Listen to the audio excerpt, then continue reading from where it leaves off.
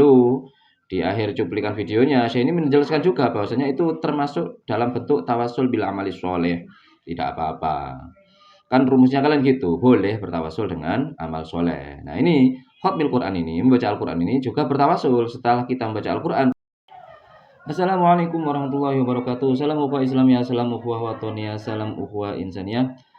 Selamat datang kembali di Mr. Channel. Seperti biasa kita akan ngobrolin sekitar perwahabian yang tiada ujung, teman-teman. Jangan lupa seruput kopinya, nikmati cemilannya, karena ini bukan pengajian.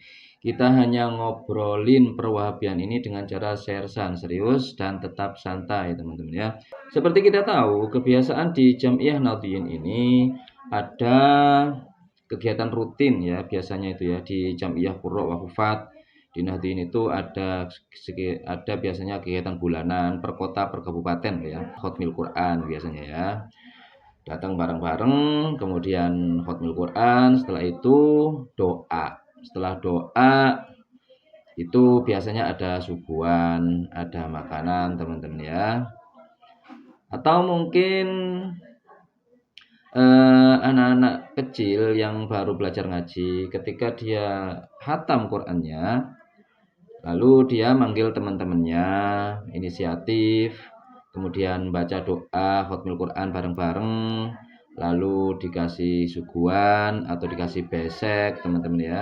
Ini di kalangan Nahdliyin tidak ada yang mengingkari bahwasanya amalan ini adalah amalan yang baik, karena kita berwasilah dengan Khatmil Quran ini, teman-teman ya. Kemudian meminta hajat kita, baik hajat apapun, hajat duniawi, hajat ukhrawi, itu tidak masalah. Jadi di Nahdliyin ini kita juga melakukan, mengamalkan wasilah atau bertawasul dengan amal soleh, termasuk Khatmil Quran, kemudian amal soleh dari orang-orang yang soleh, kita juga bertawasul dengan itu.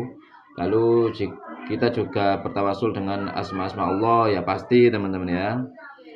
Dan di Al-Quran ini yang paling sering kita bertawasul dengan Al-Fatihah. Oke. Lalu bagaimana pendapat Wahabi mengenai hal ini? Ada seorang Wahabi yang berpendapat agak beda, teman-teman ya. Kita cek aja videonya. Kemudian Ustadz, pertanyaan selanjutnya. Mau bertanya Ustadz, bagaimana hukumnya merayakan Khatmil Quran atau khotaman Al-Quran? Iya. Tidak ada tuntunannya. Dari para salaf, mereka sering mengkhatamkan Al-Quran. Tapi tidak dinukil bahwa mereka merayakannya. Tidak dinukil kalau mereka apa? Merayakannya. Iya. Wallahualam. Itu tadi jawaban dari salah satu Ustadz Wahabi. Ini kurang familiarnya Ustadznya siapa ya. Menurutnya, sebagaimana yang kalian dengar, menurut dia Khatmil Quran, baca doa bersama, apalagi bersedekah ya. Kemudian apalagi bersedekah atau mengasih besek atau mengasih jamuan kepada orang yang kita undang untuk Khatmil Quran, untuk acara Khatmil Quran putra kita atau putri kita, itu tidak ada tuntunan menurut dia dari Nabi, dari sahabat, dari salafus soleh, tidak ada katanya ya, tidak ada. Kalau tidak ada di sini, walaupun dia belum menyimpulkan apakah boleh, apa tidak boleh, kebanyakan kalau Wahabi itu ya, kalau sudah mengatakan tidak ada, itu biasanya tidak boleh begitu ya. Biasanya dihukumi bid'ah sudah kalau tidak ada, teman-teman ya. Ini untuk Wahabi Indo biasanya. Kita cek di Wahabi biangnya sana. Biasanya Wahabi Indo ini lebih lurus ya daripada Wahabi-Wahabi yang di Saudi sana ya. Lebih bersih, lebih murni mereka itu. Lebih sesuai dalil daripada Wahabi-Wahabi yang ada di Saudi sana, teman-teman. Kita cek menurut pendapat Syekh-Syekh Wahabi yang ada di Saudi atau di Timur Tengah, teman-teman ya. نقوم أحيانا بختم القرآن ختمة جماعية حيث تقوم كل منا بقراءة جزء أو أكثر في بيتها فنختم في ليلة واحدة فهل ما نفعله صحيح؟ الاجتماع على ختم القرآن في البيت له أصل من فعل الصحابة رضي الله عنهم، فإنه روي عن أنس بن مالك رضي الله عنه أنه كان إذا ختم القرآن جمع أهله ودعا. يقول الله خيرا وبارك فيكم، يقول: ما حكم الاجتماع عند ختم القرآن والدعاء عند ذلك والدعاء بدون اجتماع؟ أما كون الإنسان إذا ختم القرآن يجمع أهله أو يجمع من كان حاضرا ويدعو، فهذا ثبت عن أنس بن مالك رضي الله عنه ولا بأس به. فكون الإنسان إذا ختم القرآن جمع أهله ودعا لأنه ختم القرآن ويرجو أن يستجيب الله دعاءه لحمله. Tidak apa-apa, tidak berdosa dalam ini teman-teman ya. Dalam artian asalkan tidak menganggap hal itu sebagai kewajiban ya. الدعاء ما حكم اجتماع العائلة للدعاء عندما يختم أحدهم القرآن؟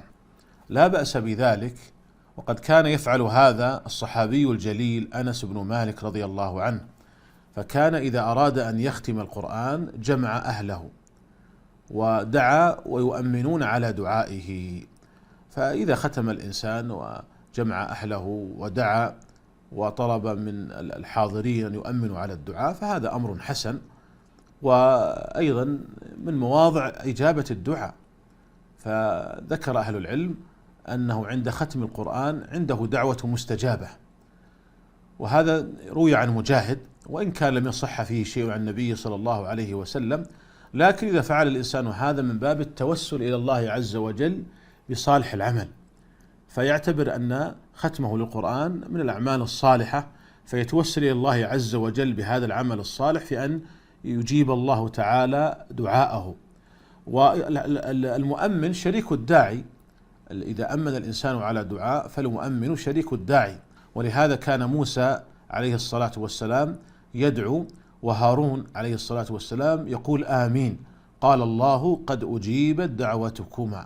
Menurut Syekh Wahabi ini tidak apa-apa juga teman-teman melakukan doa khatmil Quran, mengundang orang-orang, mengumpulkan orang-orang, sanak keluarga, saudara atau teman, kemudian dikasih sodako, dikasih jamuan, dikasih besek, enggak apa-apa. Perihal pengumpulan orang-orang ini, ngumpulin saudara, sanak famili ini sudah dicontohkan oleh para sahabat menurut Syekh ini. Lalu di akhir cuplikan videonya, Syekh ini menjelaskan juga bahwasanya itu termasuk dalam bentuk tawasul bil amali sholeh. Tidak apa-apa. Kan rumusnya kalian gitu, boleh bertawasul dengan amal soleh. Nah ini khatmil Quran ini, membaca Al-Quran ini juga bertawasul. Setelah kita membaca Al-Quran kemudian khatam, ini kan amal soleh nih. Nah kita berdoa dengan amal soleh ini, enggak apa-apa teman-teman ya. Begitu juga dengan bertawasul dengan Fatihah. Fatihah kan amal soleh itu, kita bertawasul dengan Fatihah. Enggak apa-apa kalau begitu teman-teman ya.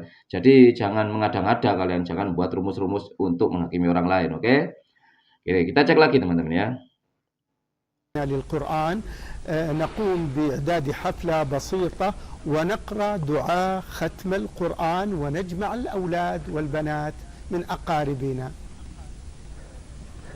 لا بأس بذلك، هذا من التشجيع على حفظ القرآن ومن إظهار الفرح بحفظ القرآن، فالحفل لأجل حفظ القرآن هذا شيء طيب. وأيضا دعاء الختم كان الصحابة يعملون هذا، كان إذا أراد أحدهم أن يختم القرآن دعا رفقاءه وإخوانه وحضروا عنده ودعا وهم يؤمنون على ذلك ليحصل الجميع على الأجر.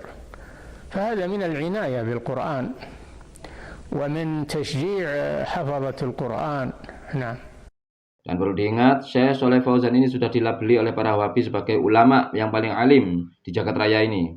Nah, ini ada Wahabi Indo malah menolak dia, menentang dia ya.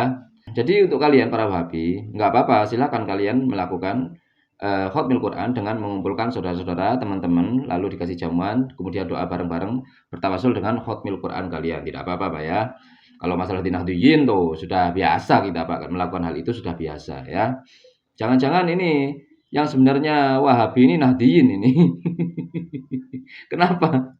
Malah sesuai dengan pendapatnya ulama-ulama Wahabi ini. Ya, jangan-jangan Nahdliyin ini yang Wahabi atau ulama-ulama Wahabi ini yang sebenarnya Nahdliyin mereka itu.